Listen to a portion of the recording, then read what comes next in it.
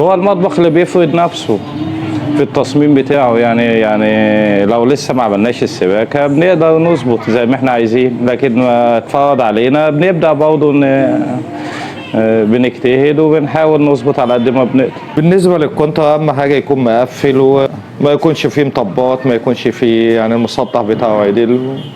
تمام. تفرقش بقى الشركه نوعيتها ايه.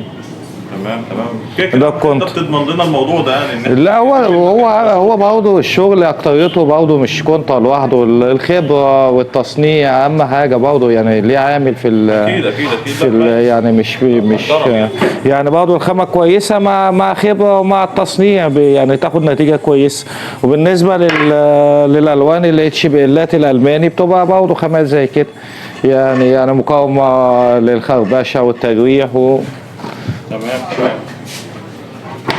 ده لما بيبقى بقى ام دي اف زي كده لازم يبقى عشان يطلع درجه لمعه عاليه زي كده لازم يبقى على ام دي اف، مفيش حاجه اسمها على كونتر يعني.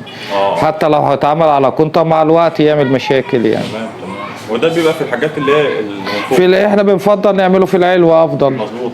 ما نحطوش في الحاجات السفليه عشان دل عليها ميه ويوسع المكان ويبقى ليه شكل يعني. تمام. واللون طبعا كده الالوان موجوده كتير.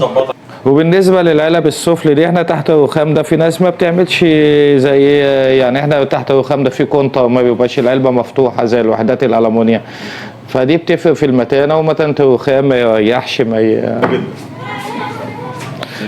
وبرضه بنحاول في حته الاكسسوار دي، يعني مثلا دي اضافه احنا بنوفر الكورنر ده النهارده بقى بفلوس كتير، فدي افيد واسرع واحلى وما بتدفعش فلوس فيها.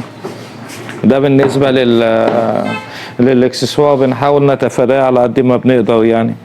وفي بقى زي وحده ازاز زي كده ممكن نجيبها استانلس، وفي واحده ممكن نعملها خشبي زي كده، والخشبي امتن يعني بحيث لو باظت المجرى ممكن تتغير وترجع التانية الاستانلس، لو باظت بتترمي كلها. حلو اللون ده والله.